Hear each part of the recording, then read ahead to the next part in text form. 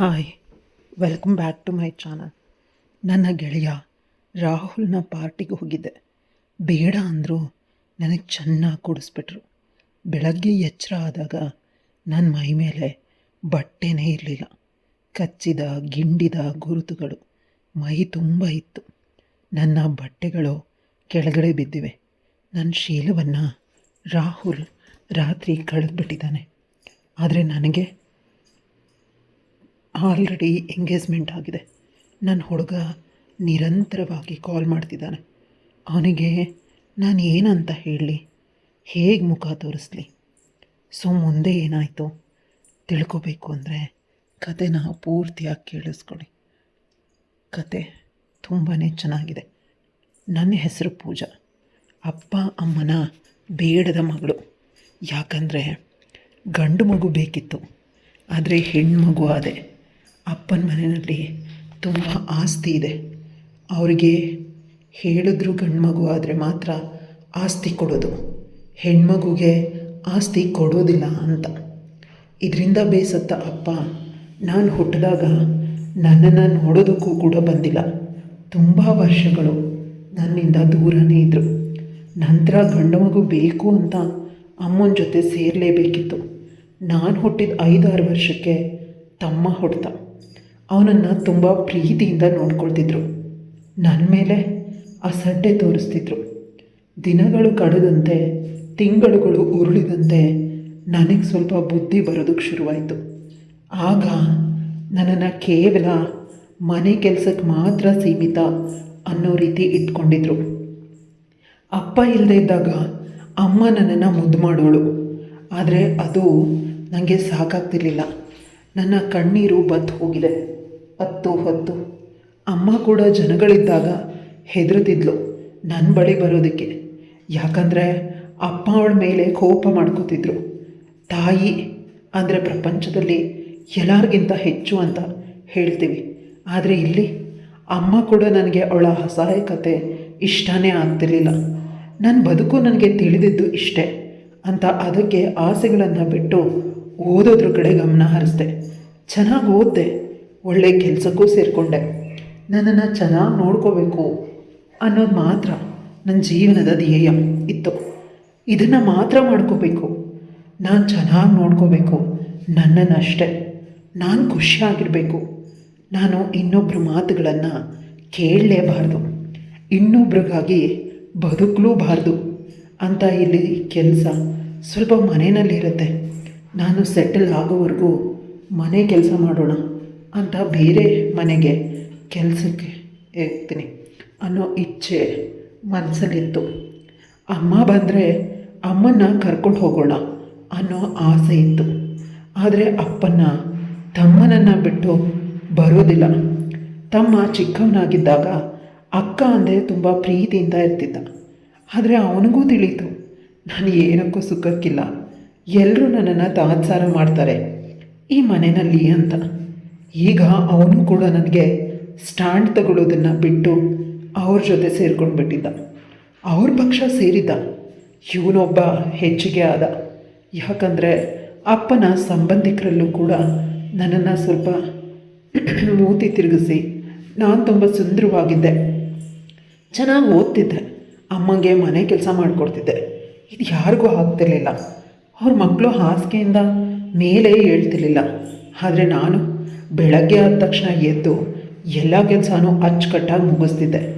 ಇದೆಲ್ಲನೂ ನೋಡಿ ಅವರು ಅಪ್ಪಂಗೆ ಇನ್ನೂ ಚಾಡಿ ಹೇಳ್ತಿದ್ರು. ಅಪ್ಪ ಕಂಗಾಲಾಗ್ತಿದ್ದ. ಇದೆಲ್ಲನೂ ಬದುಕಿದ್ರೆ ದುಃಖ ಜಾಸ್ತಿ ಆಗ್ತಿತ್ತು. ಆದ್ದರಿಂದ ನಾನು ಇವೆಲ್ಲನೂ ನೆನೆಸ್ಕೊಳ್ದೆ ಇರೋದಕ್ಕೆ ಪ್ರಯತ್ನಿಸ್ತಿದ್ದೆ. ಹೆಚ್ಚಾಗಿ ಓದಿನ ಕಡೆ ಗಮನ ಹರಿಸ್ತಿದ್ದೆ. ಡ್ಯಾನ್ಸ್ ಕ್ಲಾಸಿಗೆ ಸೇರಿದ್ದೆ. ಮನೆಯಲ್ಲಿ ಪ್ರತಿಯೊಂದು ಕೆಲಸನೂ ನಾನೇ ಮಾಡ್ತಿದ್ದೆ. ಅಂದರೆ 24 ಗಂಟೆಯಲ್ಲಿ ನಾನು ಮಲಗೋ ಸಮಯನ ತೆಗೆದ್ರೆ ಉಳಿದ ಸಮಯ ನಾನು ಆ್ಯಕ್ಟಿವ್ ಆಗಿರಬೇಕು ಅನ್ನೋದು ಮಾತ್ರ ನನ್ನ ಉದ್ದೇಶ ಆಗಿತ್ತು. ನಾನು ತುಂಬ ಕಷ್ಟಪಡ್ತಿದ್ದೀನಿ ಅಂತ ಅಂದ್ಕೊಂಡೇ ಇರಲಿಲ್ಲ. ಎಲ್ಲ ಅಂದ್ಕೊಂಡಿದ್ರು ಹೊರಗಡೆ ಹುಡುಗರ ಜೊತೆ ಆಟ ಆಡಬೇಕು, ಅದಕ್ಕೆ ಮನೇನ ಬಿಟ್ಟು ಹೋಗ್ತಾಳೆ, ಮನೆಯಲ್ಲೂ ಇರೋದಕ್ಕೆ ಗಂಭೀರವಾಗಿ ಆಗೋದಿಲ್ವಾ ಅಂತ ಅಪ್ಪ ತುಂಬ ಸಲ ಬೈತಿದ್ರು. ಆಗ ಅಮ್ಮ ಅವಳು ಪಾರ್ಟ್ ಟೈಮ್ ಜಾಬ್ಗೆ ಹೋಗ್ಬೋದು, ಆದರೆ ನಿಮಗೆ ಇನ್ನೂ ಸಹಾಯ ಮಾಡ್ತಾಳೆ ಅಲ್ವಾ, ಮತ್ತು ನೀವು ಯಾಕೆ ಹೀಗೆ ಕೋಪ ಮಾಡ್ಕೊಳ್ತಾ ಇದ್ದೀರಾ ಅಂತ ಹೇಳಿದಾಗ ಅಪ್ಪನ ಮುಖ ಕಪ್ಪಾಯಿತು ಕೋಪದಿಂದ. ಅವರಲ್ಲಿಂದ ಹೋದರು. ರಿಲೇಟಿವ್ಗಳು ಕೂಡ ನನ್ನ ಬಳಿ ಬರ್ತಿರ್ಲಿಲ್ಲ. ನನಗಿರೋ ಒಂದೇ ಒಂದು ಆಸರೆ ಅಂದರೆ ನನ್ನ ಗೆಳತಿಯರು ಮತ್ತು ಗೆಳೆಯರು. ಎಲ್ರಿಗೂ ಕೂಡ ತುಂಬ ಒಳ್ಳೆಯವರು. ಕಂಪ್ಯೂಟರ್ ಕ್ಲಾಸ್ ಆಗಲಿ ಅಥವಾ ಸ್ಕೂಲಲ್ಲಾಗಲಿ ತುಂಬ ಒಳ್ಳೊಳ್ಳೆ ಸ್ನೇಹಿತರು ನನಗೆ ಸಿಕ್ಕಿದ್ದಾರೆ. ಅವ್ರ ಪ್ರೀತಿಗೆ ನಾನು ಆಭಾರಿ. ಅವರೆಲ್ಲ ನನ್ನನ್ನು ಚಿಕ್ಕ ಮಕ್ಕಳ ಥರ ನೋಡ್ಕೊಳ್ತಾರೆ. ನನಗೂ ಕೂಡ ಅದೇ ಬೇಕಾಗಿರೋದು. ರಾಹುಲ್ ಹೊಸ ಅಡ್ಮಿಷನ್ ಆಯಿತು ನಮ್ಮ ಕಾಲೇಜ್ಗೆ. ಅವನು ತುಂಬ ಒಳ್ಳೆಯವನು. ನೋಡೋದಕ್ಕೆ ಎಷ್ಟು ಸುಂದರವಾಗಿದ್ದಾನೆ ಅಂದರೆ ಅಷ್ಟು ಸುಂದರವಾಗಿದ್ದಾನೆ. ಶ್ರೀಮಂತರ ಮನೆಯ ಹಾಳಾಗಿರೋ ಮಗ ಅಂತ ಹೇಳ್ಬೋದು. ಅವನು ಶೋಕಿ ಮಾಡ್ತಿದ್ದ. ಕಾಲೇಜಿನ ಹುಡುಗಿಯರು ಅವನ ಹಿಂದೆಯೇ ಇರ್ತಿದ್ರು. ಆದರೆ ನನಗೆ ಇದು ಯಾವುದರ ಅರಿವು ಇರಲಿಲ್ಲ. ನಾನಾಯಿತು, ನನ್ನ ಕೆಲಸ ಆಯಿತು, ಇದರಿಂದ ಅವನಿಗೆ ನಾನು ಇಷ್ಟ ಆಗ್ತಿದ್ದೀನೋ ಏನೋ. ಅವನೇ ಬಂದು ನನ್ನನ್ನು ಮಾತಾಡಿಸ್ತಿದ್ದ. ಅವನು ಮಾದಕವಾಗಿ ನನ್ನನ್ನು ನೋಡ್ತಿದ್ದ. ಮೊದಲು ನನಗೇನು ಇಷ್ಟ ಆಗ್ತಿರ್ಲಿಲ್ಲ. ಸುಮ್ಮನೆ ನನ್ನನ್ನು ಮುಟ್ಟೋದಕ್ಕೆ ಪ್ರಯತ್ನಿಸ್ತಿದ್ದ. ಆಗ ನಾನು ಹೇಳ್ತಾ ಇದ್ದಿದ್ದು ಒಂದೇ ಮಾತು, ಈ ರೀತಿ ನನ್ನ ಜೊತೆ ಮಾಡಬೇಡ. ನಾನು ಬೇರೆ ಹುಡುಗಿ ರೀತಿ ಅಲ್ಲ. ನನಗೆ ಇವೆಲ್ಲನೂ ಮಾಡಿದ್ರೆ ಕೋಪ ಬರುತ್ತೆ ಅಂದಾಗ ಅವನದಕ್ಕೆ ರೆಸ್ಪೆಕ್ಟ್ ಕೊಟ್ಟು ನನ್ನ ಜೊತೆ ಕೇವಲ ಮಾತಷ್ಟೇ ಆಡ್ತಿದ್ದ. ಅವ್ರ ಮನೆಗೂ ಕೂಡ ನನ್ನನ್ನು ಕರ್ಕೊಂಡು ಹೋಗಿದ್ದ. ನಮ್ಮ ಮನೆ ಅವನ ರೂಮ್ನಷ್ಟಿದೆ. ಅವನ ಮನೆ ಅಷ್ಟೊಂದು ದೊಡ್ಡದು. ಅಪ್ಪ ಅಮ್ಮ ಒಬ್ಬಳು ತಂಗಿ ಅವನಿಗಿರೋದು. ಅಂದರೆ ಇಡೀ ಸಾಮ್ರಾಜ್ಯಕ್ಕೆ ಇವನೊಬ್ಬನೇ ರಾಜ. ಎಲ್ಲರೂ ಅವನನ್ನು ತುಂಬ ಪ್ರೀತಿಯಿಂದ ನೋಡ್ಕೊಳ್ತಾರೆ, ತುಂಬ ಮರ್ಯಾದೆ ಕೊಡ್ತಾರೆ. ಅದಕ್ಕೆ ಅವನಿಗೆ ಸ್ವಲ್ಪ ಜಂಬ ಜಾಸ್ತಿ. ಆದರೆ ಅವನು ಯಾಕೆ ನನ್ನ ಹಿಂದೆ ಬಿದ್ದಿದ್ದಾನೆ ಅದು ನನಗೆ ಅರ್ಥನೇ ಆಗ್ತಿಲ್ಲ. ಅವನ ಮಾತುಗಳಿಂದ ತಿಳಿಯಿತು. ಅದೇನೆಂದರೆ, ಚೆನ್ನಾಗಿ ಓದೋ ಹಣದ ಅವಶ್ಯಕತೆ ಇರೋ ಹೆಣ್ಮಕ್ಳಿಗೆ ಇವರು ಸಹಾಯ ಮಾಡ್ತಾರೆ. ಅವ್ರ ಅಮ್ಮ ಹೇಳಿದ್ರು, ನೀನು ನನ್ನನ್ನೇ ನಿನ್ನ ಅಮ್ಮ ಅಂತ ಅನ್ಕೋ. ನೀನು ಎಲ್ಲಿವರೆಗೂ ಓದ್ತೀಯೋ ಅಲ್ಲಿವರೆಗೂ ನಾನು ಓದಿಸ್ತೀನಿ. ಯಾವುದೇ ರೀತಿ ರಾಜನೇ ಇರೋದಿಲ್ಲ. ಓದಲಿ, ನೀನು ಒಳ್ಳೆ ಆಫೀಸರ್ ಆಗು, ಅಷ್ಟೇ ಸಾಕು. ದೇವರು ನಮಗೆ ಕೊಟ್ಟಿದ್ದಾನೆ. ನಾವು ಕೂಡ ಕೆಲವು ಮಕ್ಕಳನ್ನು ದತ್ತು ತಗೊಂಡು ಓದಿಸ್ತಾ ಇದ್ದೀನಿ ಅಂದಾಗ ನಾನು ನನ್ನನ್ನು ತಡ್ಕೊಳ್ಳೋ ಅವಶ್ಯಕತೆನೇ ಇಲ್ಲ. ನಾನು ನನ್ನನ್ನು ನೋಡ್ಕೊಳ್ತೀನಿ. ತೀರಾ ಅವಶ್ಯಕತೆ ಇರೋ ಬಡ ಹೆಣ್ಣು ಮಕ್ಕಳನ್ನ ಓದಿಸಿ. ನನಗೆ ನನ್ನ ಅಪ್ಪ ಅಮ್ಮ ಆ ಶಕ್ತಿ ಕೊಟ್ಬಿಟ್ಟಿದ್ದಾರೆ. ಪ್ರಪಂಚದ ಯಾವ ಮೂಲೆಯಲ್ಲೇ ಹೋದರೂ ಕೂಡ ನಾನು ದುಡ್ಕೊಂಡು ತಿಂತೀನಿ. ನನಗದು ಕಷ್ಟ ಅಂತ ಯಾವತ್ತೂ ಕೂಡ ಅನಿಸೋದೇ ಇಲ್ಲ ಅಂತ ಹೇಳಿದಾಗ ಸ್ವಲ್ಪ ಅವ್ರಿಗೆ ಶಾಕ್ ಆದರೂ ನಂತರ ನನ್ನ ಸ್ವಾಭಿಮಾನನ ಅರ್ಥ ಮಾಡಿಕೊಂಡು ಸುಮನ ಅವತ್ತಿನಿಂದ ರಾಹುಲ್ ನನಗೆ ಇನ್ನೂ ರೆಸ್ಪೆಕ್ಟ್ ಕೊಡೋದಕ್ಕೆ ಶುರು ಮಾಡ್ದ. ಅವನು ಹೇಳ್ತಿದ್ದ, ಅಮ್ಮ ನಿನ್ನ ಮೇಲೆ ತುಂಬಾ ಇಂಪ್ರೆಸ್ ಆಗಿಬಿಟ್ಟಿದ್ದಾರೆ. ನನ್ನಮ್ಮ ಪ್ರತಿಯೊಬ್ಬರನ್ನು ಇಂಪ್ರೆಸ್ ಮಾಡ್ತಾರೆ. ಅಂಥದ್ರಲ್ಲಿ ಅವ್ರು ಇಂಪ್ರೆಸ್ ಆಗಿ ನಿನ್ನನ್ನು ಹೊಗಳಿದ್ರು. ನನ್ನನ್ನು ನಿನ್ನ ರೀತಿ ಆಗಬೇಕು ಅಂತ ಹೇಳ್ತಿರ್ತಾರೆ. ನಮ್ಮಿಬ್ರದ್ದು ಒಂದು ಒಳ್ಳೆಯ ಸ್ನೇಹ ಆಗಿತ್ತು. ಇಬ್ಬರು ನಮ್ಮ ಸ್ಥಾನದಲ್ಲಿ ಗಟ್ಟಿಮುಟ್ಟಾಗಿದ್ವಿ. ಮನೆಗೆ ಬಂದರೆ ನನಗೊಂದು ರೀತಿ ನರಕ ಅಂತ ಅನ್ನಿಸ್ತಿತ್ತು. ಇವತ್ತು ಮನೆಗೆ ಬಂದಾಗ ಅಮ್ಮ ಮೂಲೆಯಲ್ಲಿ ಕೂತ್ಕೊಂಡು ಅಳ್ತಿದ್ಲು. ಮನೆಯಲ್ಲಿ ಯಾರೂ ಇರಲಿಲ್ಲ. ತಮ್ಮ ಮೇಲಿನ ರೂಮಲ್ಲಿದ್ದ. ಏನಾಯ್ತಮ್ಮ ಅಂತ ಕೇಳಿದಾಗ, ನಿನ್ನಪ್ಪ ಮೋಸ ಮಾಡಿಬಿಟ್ರು ಕಣೆ, ನಿನ್ನನ್ನು ಸ್ವಲ್ಪ ಕಷ್ಟದಲ್ಲಿ ಸಾಕೋಣ, ಹೆಣ್ಮಗಳು ಹೋದ ಮನೇಲಿ ಚೆನ್ನಾಗಿ ಇಟ್ಕೊಳ್ತಾರೆ ಅಂತ ಹೇಳ್ತಿದ್ರು. ಅವ್ರು ಹೇಳಿದ ಮಾತು ಸತ್ಯ ಅಂತ ಅನಿಸಿ ನಾನು ಕೂಡ ನಿನಗೆ ಸಹಾಯ ಮಾಡಲಿಲ್ಲ ನಿನ್ನ ತಾಯಿಯಾಗಿ ಅಂತ ಅಮ್ಮ ಅಳ್ತಿದ್ಲು ಜೋರಾಗಿ. ಪುನಃ ಅವಳ ಕೈನ ಹಿಡ್ಕೊಂಡು, ಏನಾಯಿತೋ ಹೇಳೋ, ಯಾವುದೇ ವಿಷಯ ಇದ್ದರೂ ಸಾಲ್ವ್ ಮಾಡ್ತೀನಿ ಅಂದಾಗ, ನಿನ್ನನ್ನು ತುಂಬ ಶ್ರೀಮಂತರ ಮನೆಗೆ ಒಳ್ಳೆ ಮನೆ ಕೊಟ್ಟು ಮದುವೆ ಮಾಡ್ತೀನಿ ಅಂತ ಅಪ್ಪ ತುಂಬ ದಿನಗಳಿಂದ ಹೇಳ್ತಿದ್ರು. ಅದಕ್ಕೆ ಸ್ವಲ್ಪ ಖುಷಿಯಿಂದ ಇದ್ದೆ. ನಿಜವಾಗ್ಲೂ ತುಂಬ ಶ್ರೀಮಂತರ ಮನೆಯ ಸಂಬಂಧ ಬಂದಿದೆ ಅಂದಾಗ ನನಗೆ ನಂಬೋದಕ್ಕೆ ಸಾಧ್ಯ ಆಗಲಿಲ್ಲ. ಆದರೆ ಹುಡುಗನಿಗೆ ಇದು 2ನೇ ಮದುವೆ. ಈಗಾಗಲೇ ಅವನಿಗೆ ಮದುವೆ ಆಗಿ ಒಂದು ಹೆಣ್ಮಗು ಇದೆ. ಮಗುನ ಕೂಡ ನೀನೇ ಸಾಕಬೇಕಂತೆ. ಅದಕ್ಕಾಗಿ ಇಲ್ಲಿ ನಿನ್ನಪ್ಪ ತುಂಬ ಕಷ್ಟ ಕೊಟ್ಟು ನಿನ್ನ ತಯಾರು ಮಾಡಿದ್ದಾರೆ ಅಂತ ಹುಡುಗ ಮತ್ತು ಹುಡುಗನ ಮನೆಯವರು ₹1 ಖರ್ಚೇ ಇಲ್ಲದೆ ಅವರೇ ನಿನ್ನಪ್ಪನಿಗೆ 10 ಲಕ್ಷ ಕೊಟ್ಟು ಮದುವೆ ಮಾಡ್ಕೊಳ್ಳೋದಕ್ಕೆ ರೆಡಿ ಇದ್ದಾರೆ. ನಿನ್ನಪ್ಪ ಇಂಥ ಅವಕಾಶನ ಬಿಡ್ತಿಲ್ಲ. ನಿನ್ನನ್ನು ಮದುವೆಗೆ ಒಪ್ಪಿಸು ಅಂತ ಹೇಳಿದ್ರು. ನನಗೆ ಈ ಮದುವೆ ಇಷ್ಟನೇ ಇಲ್ಲ ಅಂತ ಅಮ್ಮ ಅಳ್ತಿದ್ದಾಳೆ. ನನಗೂ ಕೂಡ ಇಷ್ಟ ಇಲ್ಲ. ಯಾರಿಗೆ ತಾನೇ ಇಷ್ಟ ಇರುತ್ತೆ? ಬೆಂಕಿಯಿಂದ ಬಾಣಲಿಗೆ ಬಿಡೋದು. ಇಲ್ಲಿ ಕಷ್ಟ ಅಂದರೆ ಅಲ್ಲೂ ಕೂಡ 2ನೇ ಮದುವೆ. ಮೊದಲನೇ ಹೆಂಡತಿ ಯಾಕೆ ಡೈವರ್ಸ್ ಕೊಟ್ಟಳು? ನಾನು ಮದುವೆಗೆ ಒಪ್ಪೋದಿಲ್ಲ ಅಂತ ಅಪ್ಪನ ಹತ್ರ ಖಂಡಿತವಾಗಿ ಹೇಳಿದೆ. ನಾನು ಮನೆ ಬಿಟ್ಟು ಹೋಗೋದಕ್ಕೆ ನಿರ್ಧಾರ ಮಾಡಿದೆ. ಆದರೆ ಅಪ್ಪ ನನ್ನ ಕಾಲನ್ನು ಹಿಡ್ಕೊಂಡ್ರು. ಇದೊಂದು ಸಹಾಯ ಮಾಡು, ನಿನ್ನ ಹೆಸರನ್ನು ಹೇಳ್ಕೊಂಡು ಬದುಕ್ತೀನಿ. ನಿನ್ನ ತಮ್ಮ ಸರಿಯಾಗಿ ಓದೋದಿಲ್ಲ. ಅವನಿಗೆ ಒಂದು ಒಳ್ಳೆ ಬಿಸ್ನೆಸ್ ಹಾಕ್ಕೊಡ್ತಾರೆ.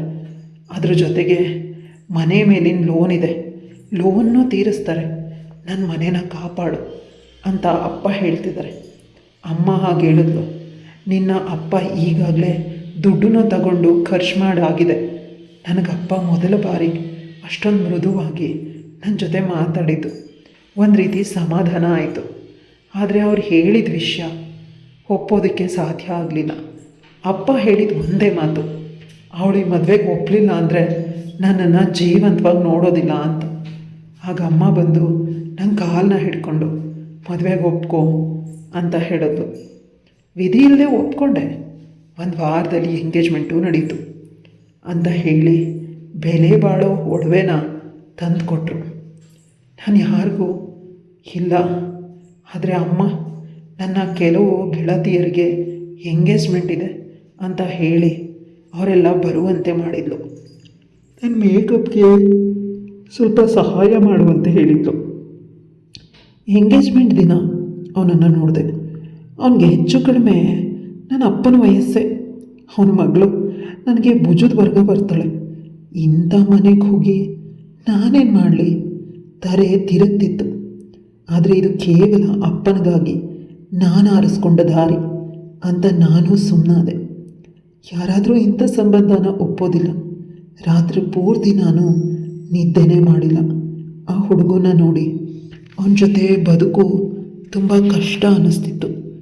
ನನ್ನ ಗೆಳತಿ ಕಾಲ್ ಮಾಡಿ ರಾಹುಲ್ಗೆ ತಿಳಿಸು, ಅವನೇನಾದರೂ ಸಹಾಯ ಮಾಡ್ತಾನೆ ಅಂತ ಹೇಳಿದ್ರು. ಆದರೂ ಕೂಡ ನನಗೆ ಅವನ ಬಳಿ ಏನು ಹೇಳ್ಕೊಡೋದು? ನನ್ನ ಕಷ್ಟನ, ನನ್ನ ಅಪ್ಪನ ಬಗ್ಗೆ ಅಂತ ಸುಮ್ಮನಾದೆ. ಕಾಲೇಜ್ಗೆ ಹೋದಾಗ ದೂರದಲ್ಲಿ ನಿಂತಿದ್ದ ರಾಹುಲ್ ಹತ್ತಿರ ಬಂದು ನನ್ನನ್ನು ಹಾಳು ಮಾಡ್ದ. ಎಂಗೇಜ್ಮೆಂಟ್ಗೆ ನನ್ನನ್ನು ಯಾಕೆ ಕರೆದಿಲ್ಲ ಅಂತ ಕೇಳ್ದ. ಅದು ಕೇವಲ ಮನೆ ಮಂದಿ ಮಾತ್ರ ಮಾಡ್ಕೊಂಡಿದ್ದು. ಸಿಂಪಲ್ಲಾಗಿ ಎಂಗೇಜ್ಮೆಂಟ್, ಮದುವೆ ಕರಿತೀನಿ ಅಂತ ಹೇಳಿ ಒಳಗೋದೆ. ನನಗೆ ಅವನ ಮುಖ ಕೂಡ ನೋಡೋದಕ್ಕೆ ಸಾಧ್ಯ ಆಗಲಿಲ್ಲ. ಅವನು ಅಷ್ಟೊಂದು ಹ್ಯಾಂಡ್ಸಮ್, ಅಷ್ಟೊಂದು ಡ್ಯಾಶಿಂಗ್ ಆಗಿದ್ದಾನೆ. ನಾನು ನೋಡಿದ್ರೆ ಹಳ್ಳಿ ಗುಗ್ಗು ಥರ ಮುದುಗನನ್ನು ಮದುವೆ ಆಗ್ತಿದ್ದೀನಿ. ನನ್ನ ವಿದ್ಯಾಭ್ಯಾಸನ ಮುಗಿಸ್ಲೇಬೇಕಿತ್ತು. ಅದಕ್ಕಾಗಿ ಕಾಲೇಜಿಗೆ ಬಂದೆ.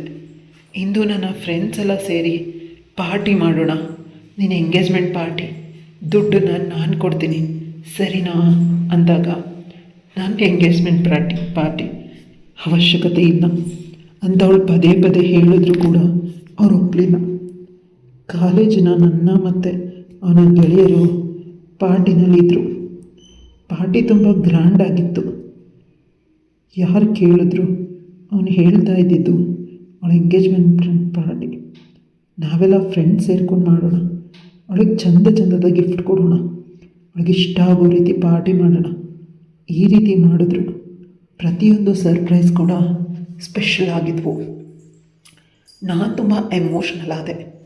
ನಂತರ ವಿಧವಾದ ಪಾನೀಯಗಳು, ನಾನು ಕುಡಿಯೋದಿಲ್ಲ ಅಂದರೂ ಕೂಡ ನನ್ನ ಗೆಳತಿಯರು ಕೂಲ್ ಡ್ರಿಂಕ್ಸ್ ಅಂತ ಡ್ರಿಂಕ್ಸ್ನ ಕುಡಿಸ್ಬಿಟ್ರು.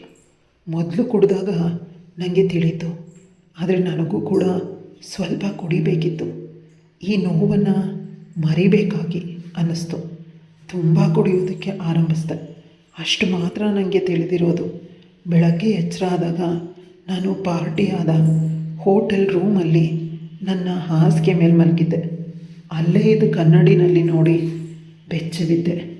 ಯಾಕಂದರೆ ನನ್ನ ಮುಖದ ಮೇಲೆ, ನನ್ನ ದೇಹದ ಮೇಲೆ ಯಾರೋ ಕಚ್ಚಿದ ಗಿಂಡಿದ ಗುರುತುಗಳಿದೆ. ನನ್ನ ಜೊತೆ ಎಂಗೇಜ್ಮೆಂಟ್ ಆಗಿರೋ ಹುಡುಗ ಪದೇ ಪದೇ ಕಾಲ್ ಮಾಡ್ತಿದ್ದಾನೆ. ಫೋನ್ನ ಸ್ವಿಚ್ ಆಫ್ ಮಾಡಿ ಇಟ್ಟಿದ್ದೆ. ಭಯದಿಂದ ಜೋರಾಗಿ ಅಳ್ತಿದ್ದೆ. ಅಷ್ಟರಲ್ಲಿ ಬಾತ್ರೂಮಿಂದ ಅರೆಬೆತ್ತಲೆಯಾಗಿ ಹೊರಬಂದ ನನ್ನ ಗೆಳೆಯ ರಾಹುಲ್ ನನ್ನನ್ನು ನೋಡ್ದ. ನಾನು ಬೆಚ್ಚಿ ಬಿದ್ದೆ. ನೀನಿಲ್ಲಿ ಅಂತ ಕೇಳಿದೆ. ಪಾರ್ಟಿ ಕರೆದು ನನ್ನನ್ನು ದೈಹಿಕವಾಗಿ ಬಳಸ್ಕೊಂಡೆ ಅಂದಾಗ ಅವನು ಕೂಡ ಸ್ವಲ್ಪ ಬೇಸರದಲ್ಲಿದ್ದ. ಅವನು ಕುಡಿಯೋದಿಲ್ಲ. ನನ್ನ ಕಣ್ಣೀರು ಜಾಸ್ತಿ ಆಗಿ ನಾನು ಅಳ್ತಿದ್ದೆ. ಅವನು ನನ್ನನ್ನು ಗಟ್ಟಿಯಾಗಿ ತಪ್ಪಿಕೊಂಡು ಸಮಾಧಾನ ಮಾಡ್ದ. ರಾತ್ರಿ ನೀನು ತುಂಬ ಕುಡಿದಿದ್ದೆ, ಮನೆಗೆ ಕರ್ಕೊಂಡು ಹೋಗೋಣ ಅಂದ್ಕೊಂಡೆ. ಆಗ ನಿನ್ನ ಗೆಳತಿಯರು ಹೇಳಿದ್ರು, ಮನೆಗೆ ಹೋದರೆ ನಿನ್ನ ಅಪ್ಪ ಬೈತಾರೆ, ತುಂಬ ಕುಡ್ದಿದೀಯಾ ಅಂತ. ನಂತರ ನೀನು ಅಮ್ಮಂಗೆ ಹೊಡಿತಾರೆ ಅಂತ ಅವರವರೇ ಮಾತಾಡ್ಕೋತಿದ್ರು. ಇವತ್ತು ರಾತ್ರಿ ಇಲ್ಲೇ ಇದ್ದು ಬಿಡಲಿ ಅಂತ ನಾನೇ ರೂಮಲ್ಲಿ ಮಲಗಿಸೋದಕ್ಕೆ ಬಂದೆ. ಆದರೆ ನೀನು ನನ್ನ ಕೈನೇ ಬಿಡಲಿಲ್ಲ. ಪ್ಲೀಸ್ ಇಲ್ಲೇ ಮಲಗು ಅಂತ ಕುಡಿದ ಅಮಲಿನಲ್ಲಿ ಹೇಳಿದೆ. ಅಷ್ಟೇ ಅಲ್ಲ, ಕುಡಿದ ಅಮಲಲ್ಲಿ ನೀನು ಚಿಕ್ಕಂದಿನಿಂದ ಪಟ್ಟ ಕಷ್ಟನೆಲ್ಲ ನನ್ನ ಬಳಿ ತುಂಬ ನಿರಾಳವಾಗಿ, ತುಂಬ ಡೀಪಾಗಿ ಹೇಳಿದೆ. ನಿನ್ನ ಅಪ್ಪ ನಿನ್ನನ್ನು ದ್ವೇಷ ಮಾಡಿದ್ದು, ನಿನ್ನ ಮನೆಯವರು, ನಿನ್ನ ಸಂಬಂಧಿಕರು ನಿನ್ನನ್ನು ನಡೆಸ್ಕೊಂಡಿದ್ದು, ನಿನ್ನ ತಾಯಿಯ ಅಸಹಾಯಕತೆ, ನಿನ್ನ ಶ್ರಮ ಎಲ್ಲನೂ ಕೇಳಿ ನನ್ನ ಮನಸ್ಸು ಕಲಕಿತ್ತು. ಅದಕ್ಕಿಂತ ಹೆಚ್ಚಾಗಿ ನಿನಗಿಷ್ಟ ಇಲ್ಲದ ಮದುವೆ ಹುಡುಗ, ನಿನ್ನ ಅಪ್ಪನ ವಯಸ್ಸಿನವನು, ಅವನಿಗೆ ಈಗಾಗಲೇ ಮಗಳಿದ್ದಾಳೆ, ಇದು ಅವನ ಮದುವೆ. ಇದನ್ನು ಕೇಳಿ ನನ್ನ ರಕ್ತ ಕುದೀತಿತ್ತು. ನೀನು ಈ ಪರಿಗೆ ಬಲಿಪಶು ಆಗ್ತಿದೆಯಾ ಅಂತ ದುಃಖ ಆಗಿ ನನಗೂ ಕೂಡ ಮನಸ್ಸು ಮರುಗ್ತು. ನಂತರ ನೀನು ನನ್ನನ್ನು ಅಳ್ತಾ ಸಮಾಧಾನ ಮಾಡುವಂತೆ ನನ್ನನ್ನು ಗಟ್ಟಿಯಾಗಿ ತಪ್ಪಿಕೊಂಡೆ. ಅಷ್ಟೇ. ಆ ಅಪ್ಪುಗೆ ಆ ಬಿಸಿಯಲ್ಲಿ ನಾನು ಕರಗಿ ಹೋದೆ. ಯಾಕಂದರೆ ನಂಗೆ ಮೊದಲೇ ಒಂದು ರೀತಿ ಇಷ್ಟ ಆಯಿತು. ನೀನು ಒಪ್ಕೊಂಡ್ರೆ ನಿನ್ನನ್ನು ಮದುವೆ ಆಗೋ ಕನಸಿತ್ತು. ನಿನ್ನ ಎಜುಕೇಷನ್ ಕಂಪ್ಲೀಟ್ ಆದಮೇಲೆ ಮಾತಾಡೋಣ. ಯಾಕಂದರೆ ಹಣಕಾಸಿನ ಸಮಸ್ಯೆ ನಮ್ಮ ಮನೆಯಲ್ಲಿಲ್ಲ. ಒಂದು ವೇಳೆ ಹುಡುಗಿ ಬೇಕು. ತುಂಬ ಹುಡುಗಿರು ನನ್ನ ಹಿಂದೆ ಬಿದ್ದಿದ್ದಾರೆ. ಆದರೆ ನೀನೊಬ್ಬಳೇ ನನ್ನ ಹಿಂದೆ ಬೀಳಲಿಲ್ಲ. ನಿನ್ನ ವ್ಯಕ್ತಿತ್ವ ನನ್ನನ್ನು ಕೂಡ ನಿನ್ನ ಕಡೆ ಆಕರ್ಷಿಸುವಂತೆ ಮಾಡ್ತು. ನಾನು ಕೇವಲ ಕ್ಷಣಿಕ ಸುಖಕ್ಕಾಗಿ ನಿನ್ನ ಜೊತೆ ಸೇರಿಲ್ಲ. ರಾತ್ರಿ ನೀನು ನನ್ನನ್ನು ಕೂಡ ಮನಸ್ಸಿಂದ ಪ್ರೀತಿಸ್ತಾ ಇದೆಯಾ ಅನ್ನೋದು ಅರ್ಥ ಆಯಿತು. ಯಾಕಂದರೆ ಒಂದೇ ಒಂದು ಕ್ಷಣ ಕೂಡ ನೀನು ನನ್ನನ್ನು ಬಿಟ್ಟು ಹೋಗ್ತಿರ್ಲಿಲ್ಲ. ಪದೇ ಪದೇ ನನ್ನನ್ನು ತಕ್ಕೊಂಡು ನನ್ನ ತೊಟ್ಟಿಗೆ ಮುತ್ತು ಕೊಡ್ತಿದ್ದೆ. ರಾಹುಲ್ ಅಂತ ಕಿರ್ಚಿ ಹೇಳ್ತಿದ್ದೆ. ಅಂದಾಗ ಅವಳು ತಲೆ ಬಗ್ಗಿಸ್ಕೊಂಡ್ಳು. ಅವಳು ಕೂಡ ಒಳಗಿಂದ ರಾಹುಲ್ನ ಇಷ್ಟಪಡ್ತಿದ್ಳು. ನೀನು ಐ ಲವ್ ಯು ಅಂತ ಹೇಳಿದ ಮೇಲೆ ನನಗೂ ಕೂಡ ಸಮಾಧಾನ ಆಯಿತು. ನಮ್ಮಿಬ್ಬರು ಪ್ರೀತಿಯ ಮೊದಲ ಮಿಲನ, ಆ ಮಿಲನದ ಗುರುತುಗಳು ಅಂತ ಅವನು ತನ್ನ ಶರ್ಟ್ನ ತೆಗೆದು ತೋರಿಸ್ತಾ. ಅವನ ಮೈ ತುಂಬ ಇವಳು ಲಿಪ್ಸ್ಟಿಕ್ ಗುರುತುಗಳು, ಇವಳು ಮುತ್ತಿನ ಕಚ್ಚಿದ ಗುರುತುಗಳನ್ನು ನೋಡಿ ಅವಳು ಭಯಪಟ್ಳು. ಇದೆಲ್ಲ ನೀನೇ ಮಾಡಿರೋದು ಅಂದಾಗ ಅವಳು ಏನೂ ಮಾತಾಡಿದೆ. ಅವನು ಎದೆನಲ್ಲಿ ತನ್ನ ತಲೆನ ಇಟ್ಟು ಅವನನ್ನು ಗಟ್ಟಿಯಾಗಿ ತಪ್ಕೊಂಡ್ಳು. ನಂತರ ಇಬ್ಬರು ಫ್ರೆಶಪ್ ಆಗಿ ಅವಳ ಮನೆಗೆ ಹೋದ್ರು. ಅಲ್ಲಿ ಅವರಪ್ಪ ಅವಳನ್ನು ಮದುವೆ ಆಗೋ ಹುಡುಗ ಎಲ್ಲರೂ ಬಂದು ನ್ಯಾಯ ಪಂಚಾಯಿತಿ ಮಾಡೋದಕ್ಕೆ ರೆಡಿ ಆಗಿದ್ರು. ರಾಹುಲ್ನ ನೋಡಿ ಹೊಡೆಯೋದಕ್ಕೆ ಕೈ ಎತ್ತಿದಾಗ ರಾಹುಲ್ ತನ್ನ ಕೈಯಲ್ಲಿದ್ದ ಬ್ಯಾಂಡ್ನ ಚೆಕ್ ಮಾಡಿ ಅವಳಪ್ಪಂಗೆ ಕೊಟ್ಟ. ಇದು ಬ್ಯಾಂಡ್ ಚೆಕ್, ಏನು ಬೇಕಾದರೂ ಎಷ್ಟು ಬೇಕಾದರೂ ಬರ್ಕೊಳ್ಳಿ, ಇನ್ನೂ ಬೇಕಾದರೆ ದುಡ್ಡನ್ನು ಕೊಡ್ತೀನಿ. ಆದರೆ ನಾನು ನಿಮ್ಮ ಮಗಳನ್ನು ಮದುವೆ ಆಗ್ತೀನಿ, ನಿಮ್ಮ ಅಳಿಯ ಆಗ್ತೀನಿ ಅಂದ ತಕ್ಷಣ ಆ ಚೆಕ್ನ ನೋಡಿ ಅವಳಪ್ಪ ರಾಹುಲ್ ಕಾಲಿಗೆ ಬಿದ್ದು ನಮಸ್ಕಾರನೇ ಮಾಡಿಬಿಟ್ಟ.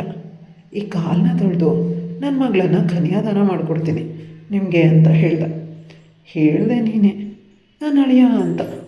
ಯಾಕಂದರೆ ಅಷ್ಟರ ಅವನಿಗೆ ಗೊತ್ತಾಗೋಗಿತ್ತು ಇವನು ದೊಡ್ಡ ಶ್ರೀಮಂತರ ಮಗ ಅಂತ. ಆಗ ಎಂಗೇಜ್ಮೆಂಟ್ ಆಗಿದ್ದ ಹುಡುಗ ಮಾವ ಅಂತ ಏನೋ ಹೇಳೋದಕ್ಕೆ ಹೋದಾಗ ನೀನು ವಯಸ್ಸಿನವನು, ನನ್ನ ಮಗಳನ್ನು ಮದುವೆ ಆಗೋ ಅರ್ಹತೆಯೇ ಇಲ್ಲ, ನನ್ನ ಮಗಳು ಎಷ್ಟು ಸುಂದರವಾಗಿದ್ದಾಳೆ ಅಂತ ಕೋಪಗೊಂಡು ಅವನನ್ನು ಕಳಿಸ್ದ. ಇದನ್ನೆಲ್ಲ ನೋಡಿ ರಾಹುಲ್ ಮತ್ತು ಪೂಜಾ ನಗ್ತಿದ್ರು. ಮುಂದಿನ ತಮ್ಮ ಸುಂದರ ಬದುಕನ್ನು ನೆನೆಸ್ಕೊಂಡು ನೆಮ್ಮದಿಯಿಂದ ಕತೆ ಇಲ್ಲಿಗೆ ಮುಗಿಯುತ್ತೆ. ಕತೆ ಇಷ್ಟ ಆದರೆ ಲೈಕ್, ಶೇರ್, ಕಮೆಂಟ್ ಮಾಡೋದನ್ನು ಮರಿಬೇಡಿ. ಇಂಥ ಇನ್ನಷ್ಟು ಇಂಟ್ರೆಸ್ಟಿಂಗ್ ಕತೆಗಳಿಗಾಗಿ ನನ್ನ ಚಾನಲ್ನ ಸಬ್ಸ್ಕ್ರೈಬ್ ಮಾಡಿಕೊಡಿ.